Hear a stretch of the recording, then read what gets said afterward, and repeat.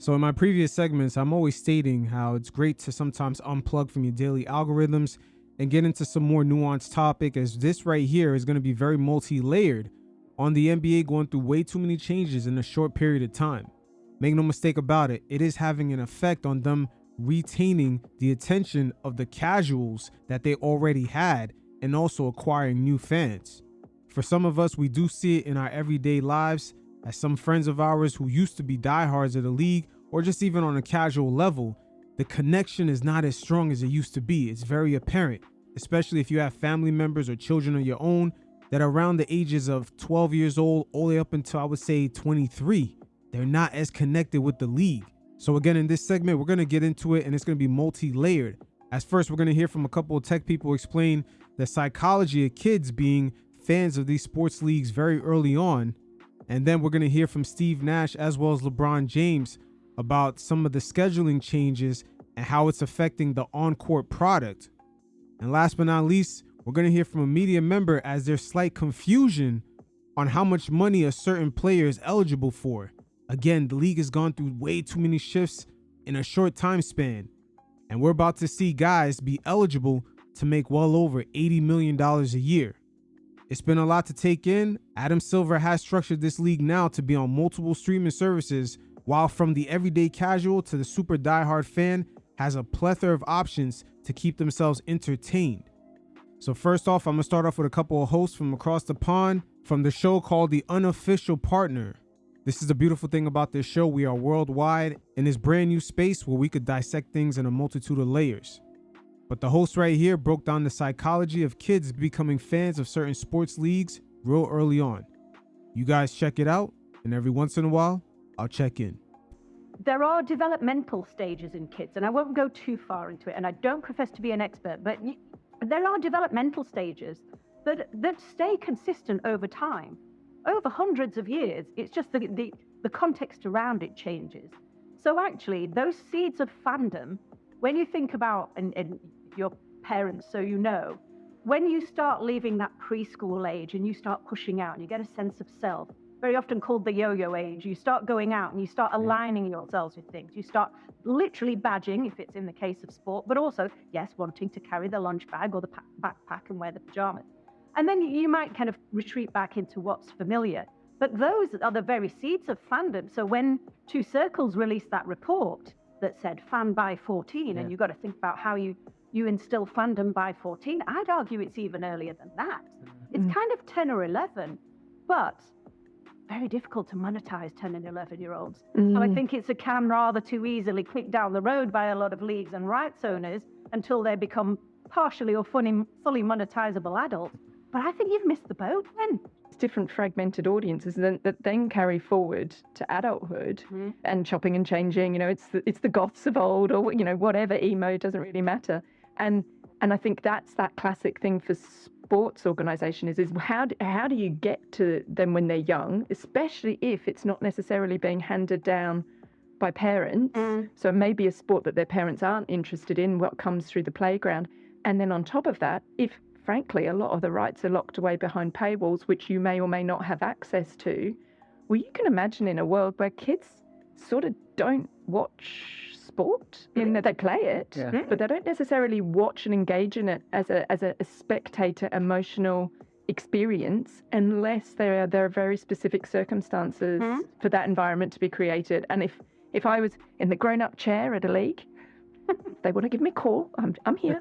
But if I was, I'd be quite attuned to that. That feels existentialist slightly. I mean, that's probably stating it too strongly, but there's something going on there. Now, we're already seeing those type of kids come into the NBA right now. There is a lack of knowledge of just the history of the league, even more recent history in regards to what certain players have done. I remember Kobe Bryant stating that he didn't even have the opportunity because of the technology at the time to see Magic Johnson or certain players that he liked of his era growing up. So the NBA has been in this position before, but that's because there was lack of access. Now, because the league is so fractured with streaming and just completely being behind a paywall, that fragmentation is going to be much more noticeable. It's almost as if Adam Silver is fighting multiple fronts at once. The people from the Salone Conference, which is the analytics sports conference, that culture has festered down into the NBA, and now the narrative, even among the casual NBA fan, is that the game has too much three-point shooting and it's too repetitive. The other narrative of just games don't matter, it's 82 games and guys are trying to push forward to get into the playoffs, that was already lingering around. So again, this is multi-layered. And right here, we're going to hear from LeBron James as well as Steve Nash as they touch base on the scheduling. Because now that the NBA is on streaming, they will be measured on what kind of ratings they can get. These tech companies are not like the broadcasters where they need the NBA. Their measurements for impact on their platforms is a lot different. I believe Facebook had made a test run, not with the NBA, with another sports league. And basically one of the people behind the scenes has stated that sports leagues and just their broadcast rights virtually had zero impact on their platform. So the measuring stick with streaming, it gets a little complicated. And that's why Adam Silver is trying to make sure that the stars are on the court to get the best possible product for fans to gravitate to. It's really a sticky situation. And let me add another layer to this whole streaming conundrum. Services like Netflix, Spotify, Apple, they're starting to branch out beyond what we knew them for. Netflix went from movies to now they're doing stand-up comedy, podcasts, reality TV, etc. And eventually it's going to be music. Same thing for the services like Spotify and Apple. They've branched out into podcasts and now podcast video. So the tech companies have their tentacles on multiple things. That way it sort of dilutes the position of a sports league like the NFL or the NBA, because they could now say, hey, our audiences are here for different reasons. It's not just because of you. Long gone are the days where Adam Silver could just sort of ignore load management and guys could be sitting out all nonchalant. That's why the league trying to get the scheduling on point to make sure guys don't get injured to play is very important. Steve Nash and LeBron James had touched on it. You guys check it out, and every once in a while, I'll check in. I got a question for you. This is I don't know. You police me on this one, but like we changed the schedule, right? We started camp a little earlier. We have less back-to-backs. So now we don't have as many back-to-backs. The season's elongated a little bit, but we also, because we had more back-to-backs, you had more time off in between sometimes. Yeah. Do you know where I'm going with this? I do. I wonder if we are in a better place now with less back-to-backs, or if we're almost stuck in the middle. In the old days, you might have 4 and 5 nights, but you'd have 2 days off before and after, and you'd have that time to rest. Yeah. I've always felt like the back-to-backs, depending on if you're traveling compared to home or whatever the case may be, but I've always felt like the second night of a back-to-back, I've always felt kind of better. Right. Yeah, I can relate to that. I will wake up extremely tired. Yep. Sleepy. I need more rest, but I felt in a better rhythm. Yeah. Now, LeBron is speaking from a very interesting position. The fact that when he first came in the NBA, they still had the 3 games in 5 nights type of schedule, or even 4 games in 5 nights. A number of NBA players from that era have been on record stating that they preferred that schedule versus a game today, off tomorrow, game today, off tomorrow for 2 weeks straight. Then they'll have 2 days off. When the league used to have, I believe it was 4 games in 5 nights or 3 games in 5 nights, players would have 3 to 4 days off, or sometimes 2 games in a week. So they had time to practice hard. And today, with games just being every other day, they don't have that same practice time. That second night of a back-to-back. And I've always historically, if I look at my numbers, whatever the case may be, that I know it's a lot of numbers, but I've always felt better once I got on the floor. And also, like you said, having those extra days, after you get an opportunity to recoup, that is something we need to track, because right now we're pretty much, it's every other day. It's every other day playing, and if you playing a back-to-back, then you're gonna get 1 day off. Like we just got back from a couple weeks ago, we got back from an 8-game road trip, and we basically played every other day. We had 1 back-to-back in that 8-game road trip, and then we got back home basically after the 8-game 2-week road trip. We got home Wednesday morning at like 3:30 in the morning, Wednesday, and then we were back on the floor playing Thursday night. You know, so like you said, back in our day, like you would usually get that one day, you would get another practice day, and then you wouldn't play, you know, maybe into that Friday. So LeBron right there is speaking about the 3 games in 5 nights. That type of scheduling, at first, it sounds grueling, but the fact that they had the next 3 days off, or even sometimes 4 days off, so they got rest days and they could practice hard the next couple of days, get a good practice in, which they don't today at all. That's why this season especially, the good teams some nights look completely off going up against a bad team. I'll put the segment in the link below. I covered this before where Tim Legler called out the good teams losing certain nights against teams that were tanking.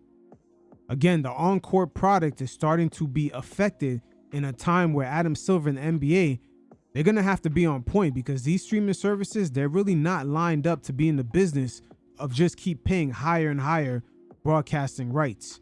Don't be shocked if down the line after this new CBA, that players will end up making less and less money. It is possible. Well, that's actually another point in this, is that you can't practice anymore.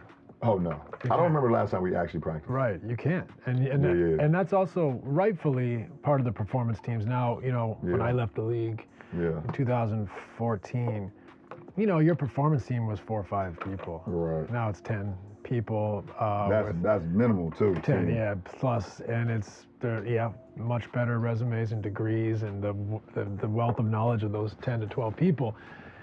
So they're going to say no, like we're shutting everyone down to the maximum they can Right. between games. Whereas when you had 2 days off, you can come back in. We might play a 10-minute scrimmage. Right. You know, get your legs going, work on something. So there is a give and a take in this. I wonder if the middle ground is, and I'd love to hear your take on this, is start camp even 10 days earlier and just take back-to-backs out, right? If we're going to take them, to limit them, can we Right. start? Because, you know, like in our sport, if you make the playoff, if you win the championship, you get July, August, September, you get over 3 months off, Yeah. which is big compared to a lot of sports. If you don't make the playoffs, you get 5 months Got off. 5 months off. So yeah. what's another 10 days, or whatever, I'm making it up, 10 Right. days, might be 2 weeks, might be a week, and take out back-to-backs completely. Because right now we're kind of in that middle ground. We still have back-to-backs, but we, you know, almost never have 2 days off, or, Right. or much less Yeah, regularly. and we're still having back-to-backs, you know, and it's less, and we still have a lot of our guys still getting injured too. Mm-hmm. So like, we're trying to figure out what is it, you know, and I don't know how guys feel about, you know, starting 10 days earlier, Right. you know, but if it does take out back-to-backs, I think a lot of guys kind of chirp on back-to-backs Mm-hmm. and never. I think the majority of you would say throughout your career and my career that people get a little annoyed at how many back-to-backs can be in a Yeah. season. So if there isn't any back-to-backs and then we're able to get maybe 2 days in between games, Mm-hmm. how does it affect, you know, does it affect our game? Does it affect our players in a good way or a bad way? You know, that's a good thought. I don't know. I don't have the answer to that or you know, for me, like, you know, obviously the game is so much different now and you have to kind of adjust to the game a now. big But factor. like, I looked at back-to-backs and 4 and 5 nights like as a mental warfare. 100%. Like, I like, if you looked on the schedule and you know you played Monday, Tuesday, Thursday, Friday, and you only had Wednesday off, you're like, okay, if I can just push myself through this, then, you know, once the postseason starts, you get to the postseason, you know, you're not playing back-to-backs. Yeah, right. You know, I know the games are a little bit more grueling and the games are a little bit more, you know, mentally, you know, draining, but if I can, you know, play 4 and 5 nights. Again, the 4 games in 5 nights took place in an era where the game was much slower. It wasn't all this fast-paced up and down 5-out offense. So in this current era, to have 4 games in 5 nights with just way more possessions and guys going up and down the court, I'm not too sure how that's going to work. Again, this has been way too many changes by the NBA in a short amount of time. If I can, you know, play 4 and 5 nights, I remember after the lockout and after 2010 or 2011, the lockout happened, there were times where we had to play back-to-backs. Right. I Yeah. remember playing 3 games in a Right. row, Yeah. you know, when I was in Miami. So It's a hard thing to know what the right thing to do. The game Right. is changing, right? Like there are, you know, we do have to. There's more miles covered, oh, more for sure. XLD cells. That's the one thing. The game lot has definitely changed. more closeout, like Mhm. everything you got to do. Yeah. That the wear and tear on the body is Yeah, it's different. way different. I do think though, like the science, I always lead with science, so Yeah. I appreciate all our sports scientists and everything. but I do think like science is a consensus kind of in a way, like whereas our league is so random with the travel. Like I felt the same way as you. I think I felt the challenge of a back-to-back. Yeah. I felt 4 and 5 nights got to show up on the fourth night, like as a leader of your team. But I do wonder, like, I feel like, is it because the game's different, or did we build more resilient athletes without, unintentionally, because there was a more grueling element, and the game wasn't as fast, but the schedule was more grueling. Yeah, I mean, it's definitely a deeper conversation, deeper thought. I do feel like the athletes, the way I grew up, that you really, there was really no excuses. Right. We would. I mean, listen. When I was growing, we practiced on every holiday. We didn't have no holidays off. We played in all the games we had. We practiced every day. Damn, LeBron, that's a far cry from today's players. Damian Lillard has been on record stating that the young guys that came into the team when he was in Portland was asking for their load management days. Shit is crazy how times have changed. We played in all the games we had. We practiced every day. We practiced every day, and our coach always said if we practice hard in practice, we go at it. And obviously, this is high school. You can run for miles and miles and miles. But it's also a mindset too. Like the games are going to be so much easier. Like if we could come here and execute and do the things at a high level in practice, then once the games come, it'll be a lot easier. I don't know. I think it goes back to like the first conversation that we started off today is like, the difference between, being on your phone all the time and actually going out and having social conversations and being social, practicing and not practicing. Obviously we got these, and I walked in the training room the other day after a game, and I have to like really, really like be sore or whatever, but I rarely go into the training room and get like a leg flush after a game. I think we played like a lot of games, and I went in there after the game just get like a 20-minute flush before I started my ice and treatment and whatever. There's a lot of people in there. Listen, I was a little overwhelmed. You said that nicely. There's a fucking ton of people in there, man. It was like 5 guys. Yeah. It was 5 guys on the team. There was like 25 people in the training room. Right. Like 7 doctors. Redesign our buildings. Yeah, it's like 7 doctors, 7 or 8 doctors. 10 medical team staff, 4 or 5 massage therapists. Like it was like 25. I was like, oh man, and it was loud too. Right. Like I was like, I need my headphones. It's like a clinic. It was like a clinic. Like I was walking into like the emergency at like UCLA. The pit. Yeah, it was crazy.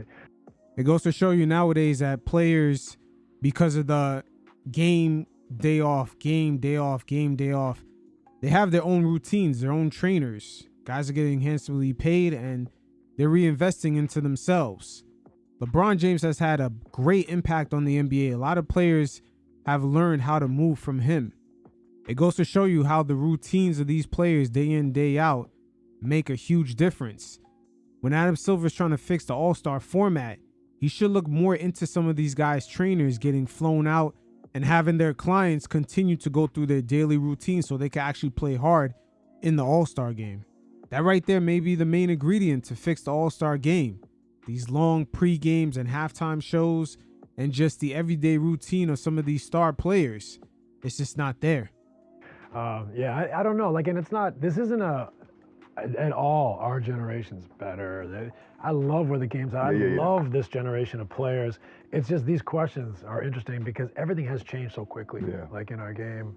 And I think we're thinking about it, but I still wonder, like, are we thinking about it the right way all the time? And there's no way to necessarily know that. Yeah, but, I don't know if no one has the answer. Obviously, everything is kind of just like trial and error. Trial and error. Yeah, let's try to figure it out. And the athletes, I don't know how much more athletic guys are going to get, but guys are going to get faster, get more athletic.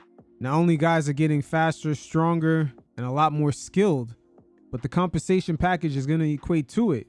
Players will be eligible to make well over $70 to $80 to $100 million a year. Again, Adam Silver is battling multiple fronts. As right here, we're going to get into the more nuanced part with the NBA media kind of pocket watching some of the players, as guys will be making well over $80 million a year that are not considered top 5 players in the league. And initially, as this begins to roll out starting next season, there will be a gap as far as fans and media members trying to understand, why is this guy making all this money? Jalen Brunson being one of those players that will be eligible for a nice hefty pay. But check out right here, as a local New York media personality questions if the Knicks should give Jalen Brunson that large amount of money. Yo, the star player on my favorite team, Jalen Brunson on the Knicks. Interesting story today in the paper. Jalen Brunson, actually Vanity Fair, I think is where it came from. Pardon me on that. His contract's going to slowly come up. Yeah. And obviously he took a hometown discount, his last deal with the New York Knicks. So the Knicks go out there and make some other deals, sign some other guys. He said, quote unquote, I hope that they'll do right by me. So let me define for you what choices the Knicks and Jalen Brunson are going to have. And I'm going to tell you, despite the fact that I'm a diehard Knicks fan, which you know, I find this to be objectionable. Okay. So let me just give you the facts first, and then we'll get into it, okay?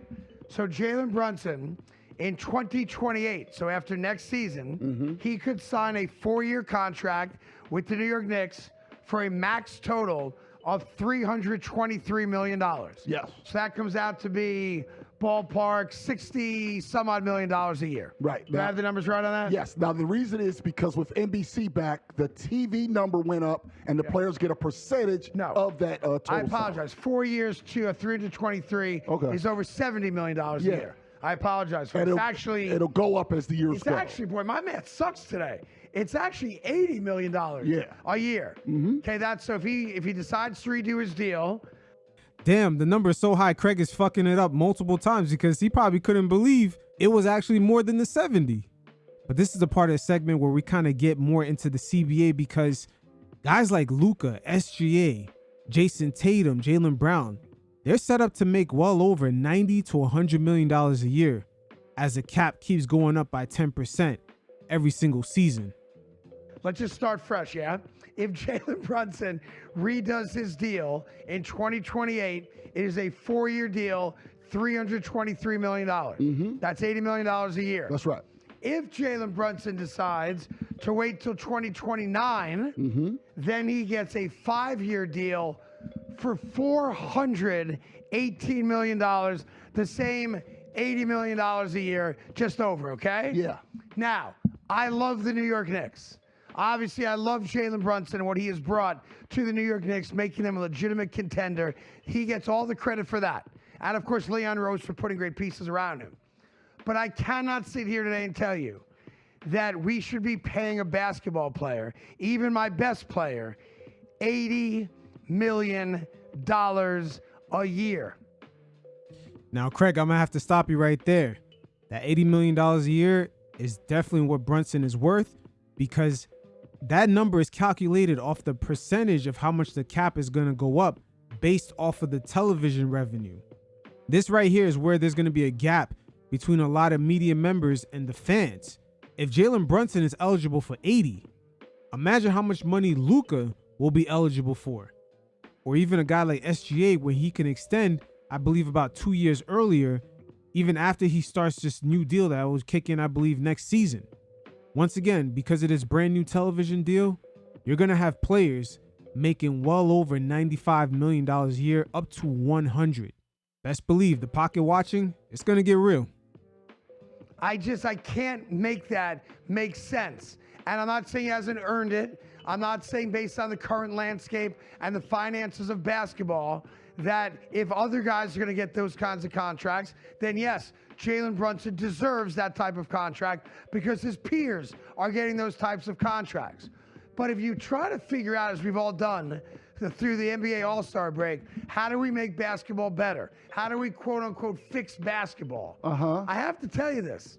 As a diehard fan of basketball, as a guy that was referred to as a basketball aficionado by the great Joe Dumars. Mediocre Joe Dumars. Okay, the great Joe Dumars. Mediocre Joe Dumars. I can't defend, giving Jalen Brunson 5 years, $418 million. I can't. Now, I'd rather have him than not have him. I'm not trading him, obviously.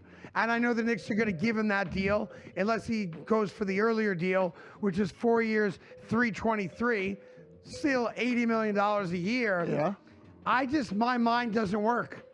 Now, with him saying that his mind doesn't work, Adam Silver is going to have to battle another perception that the league is nothing but guys chucking up threes and they're making well over $80 million a year. And also the narrative of them just not caring during the regular season. This is why the league implemented that 65-game rule, because they don't want fans to have any animosity towards players knowing that they're resting games where they could really play and they're earning well over $80 million a year. Some of them, matter of fact, might be earning almost $1 million a game. Can't wrap my head around giving a basketball player $80 million a year. And I want to be clear about this because I know it's going to happen. The haters are going to come out. Deservedly so, based on the current landscape, Jalen Brunson deserves every penny of either one of those two deals. Yeah. He has earned it. He deserves it. But we're being crazy, folks. We're being crazy if we're now going to pay our basketball players $80 million a year and then encourage them. Now, Jalen does not take advantage of this, so it's a little bit different. Encourage them to take 18 games off every single year and only play 65 games. I'm sorry. It is a problem with the sport. The finances of the sport are broken. No, Craig, they are not broken. The league is eating really good based off of Amazon and NBC's bid. But this is where the disconnect is, because right now, the economy, the way it is, and the fact that all sports leagues will need the support of their local fans, there will be a disconnect if they start to see guys take too many games off. Again, Adam Silver is fighting multiple fronts all at the same time. Wait till Laker fans find out they're going to have to be paying Luka almost $100 million a year, and he can't stay in shape. You can't give a guy $80 million a year to play 65 games in the NBA. Why? I'm sorry. Yeah, but why? Because you haven't it's said crazy. why. No. See, this is where because my ticket prices are too high. No, they're and not too high. My ticket prices are too high. Then blame the because owners. We're giving out deals like that. that. No, they're not high because of that. That's a lie. Do not listen to Craig Carton about that. He's right. The ticket prices are not high for that reason. The NBA players are getting those large contracts once again because of NBC and Amazon's bid to get the rights to the NBA. But this money is not guaranteed, especially coming from the big tech companies going forward. Unlike the broadcast companies, the NBA is only a portion of their business.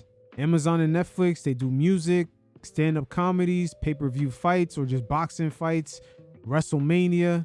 They're not in the business of an 82-game regular season and just having a bunch of inventory like Major League Baseball, diluting the overall fan experience on the platform. Good. That's not true. Why do you think ticket prices are high? Because the TV deal. This is simple. Do not listen to Craig Carton. Everything Craig said was wrong. Owners make money every on the word TV he said deal. was wrong. The TV deal. And the players get a percentage. Therefore, when the players were making $20 million at the max, it was because the TV deal, not the tickets. The TV deal, had nothing to do with tickets. They can give free tickets away. The money wouldn't change at all. Do not listen to Craig about this. I happen to be right. No, you're not. The truth of the matter is, all this is they bring in revenue. Yes. The league brings in a certain amount and the players get more than half the revenue. And they get 51% of the more revenue. Than half. Okay? That's the way the deal was set. That was negotiated. Okay. They also put in, basically with the second apron, a hard cap to spread that money around the whole league. What Craig Carton just said is not, don't pay the players, pay the owner. Yes, you are. Craig, if no, Craig, stop. I can't give a guy $80 million to play basketball. No. If you don't give him that money, where's the money go? I suppose that it would stay in the owner's pocket. Right. So what Craig Carton just announced, everybody, is he wants 30 billionaires to get all the money, and the players you actually watch play to not get the money. Craig is not the only one that feels that way. It's very unfortunate, but Tyrone Johnson right here spitting facts about the money not necessarily changing if the owners gave away the tickets for free. But I don't know what it is, if it's animosity. Unfortunately, the fans always tend to side with the owners when it comes to money and not the players. Something I never understood, because the players within these mini sports leagues, they are the underdogs. Just because they get $20, $30 million a year, whatever it is, Make no mistake about it, the owner and the evaluation of the team is making almost 5 times that. A perfect example is when LeBron James exercised his right to enter free agency and go to the Miami Heat. But yet we don't see the same energy when teams ship away certain players, not only to go under the cap and not pay luxury tax, but they also start to tank starting in the beginning of some of these seasons. It's a very strange dynamic, but when it comes to sports and just the overall players, the fans tend not to side with them when it comes to money. The percentage is the same. Let me ask you a question. You're a small business owner, right? Yeah. Should you be allowed to make money, or should the people that work for you make all the money? They should. What? No, the owners are poor now. This was negotiated. If I sit down and negotiate with. See that right there? The owners are poor now. Subconsciously, I don't get it, but the fans side with the owners when it comes to money in the sports leagues. It makes no sense. But this very same situation in any other aspect, when it comes to just everyday life, it could be a company like Walmart, they side with the workers. Should you be allowed to make money, or should the people that work for you make all the money? They should. What? No, the owners are poor now. This was negotiated. If I sit down and negotiate with the cleaner of the department, right? Right. And I say, I'm getting this amount, you get percentage. So right now it's $100. Yes. Right? So right now I get $49 and all of you. So as a business just one owner, man, I'm just asking you, would you have signed up, you busted your ass to build a business, right? Would you have signed up to give your employees more money than you get? Yes. So in this scenario, I absolutely would for this reason. No, it's not bad business. If I get $49 and 15 people split $51, so then it becomes $1 million. Okay. And it's 4.9. That's what you're saying doesn't make sense. I don't think any player should get $80 million a year. Yeah. And that's the problem right there, Craig. That is a problem. The owner not only benefits from the evaluation of the franchise going up, but he also earns more than what the top player makes on the team, and he gets to leverage being the owner of the team to get into other businesses. We've seen Joe Lacob do that with the Golden State Warriors. They're into real estate. They even collect commercial rents. They got restaurants. The Golden State Warriors don't have to play in that stadium in order for them to make money. So no, the owners could leverage this team and make money off of it in ways the players never can. Matter of fact, what's going to be the net worth of the Golden State Warriors if Stephen Curry was no longer on the team? That's something that never gets talked about, because LeBron James, when he did return to Cleveland back in 2014, the net worth of that team jumped very significantly. But that's just an arbitrary thing. Yeah, that's an arbitrary thing. And I think here's the deal. And the reason I want to be very clear and you're preying on people who don't who make $50,000, and rather than help educate them, you're preying on them because they don't make $80 million. Well, I know it costs $250 to go to a game to see my favorite team play. Yeah, that's because the garden's expensive. I know it costs almost $200 for you to see your favorite team play in Philadelphia. Yeah. I know you're upset with your owner right now, and I understand why. Because he doesn't spend money for another day. Yeah. But here's the bottom line. We are living in a bat-proof crazy world. If we're encouraging guys not to play all 82, and we're giving them $80 million a year, and we're also saying to them, yes, we're giving you $80 million a year in this case, and we're telling you, you don't have to play in every single game. You see what Craig just said right there? We're encouraging players to play only 65 games, which is not true. But again, Adam Silver is fighting multiple fronts right here, because the narrative is players do not care about the regular season.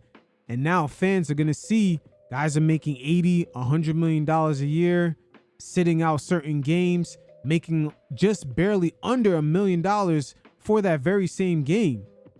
The optics for the everyday fan is not really good, especially in this current day economy. You can't make that make sense. You can't tell me as the owner that I've got to pay you more than half of my total revenue, but you don't have to play in all my games. Because how is that fair to me? And I'm a player guy.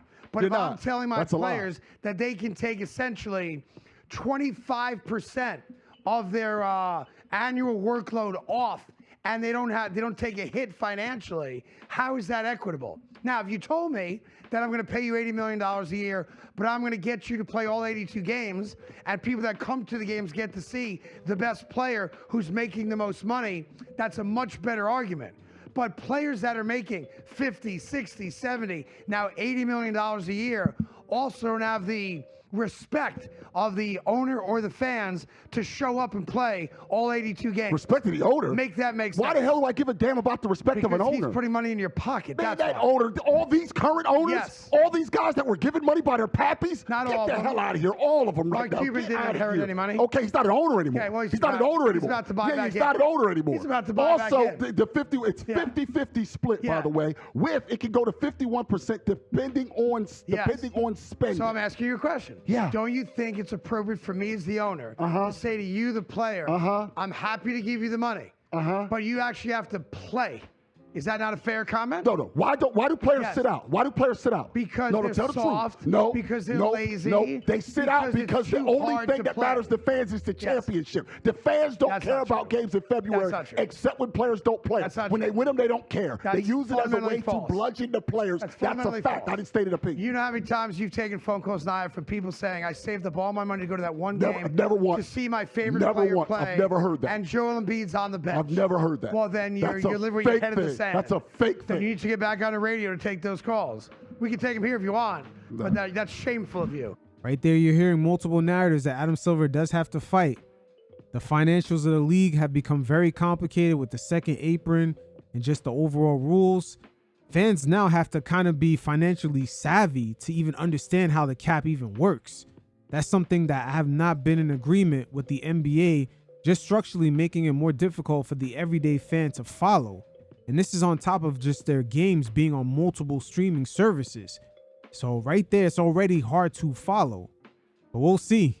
There's so many layers to this. We didn't even get into the gambling side of it. Just guys kind of fucking around with the prop bets. Things are all over the place, but the cash flow, it's working. It's hitting right. And with the fans just having much more options than in previous years. And we're not even talking about the younger fans. We're talking about anywhere from the older fans that have been around for the glory days of Larry Bird versus Magic, another generation that's been around for Michael Jordan, Allen Iverson, Kobe Bryant, Shaq, LeBron James's earlier years.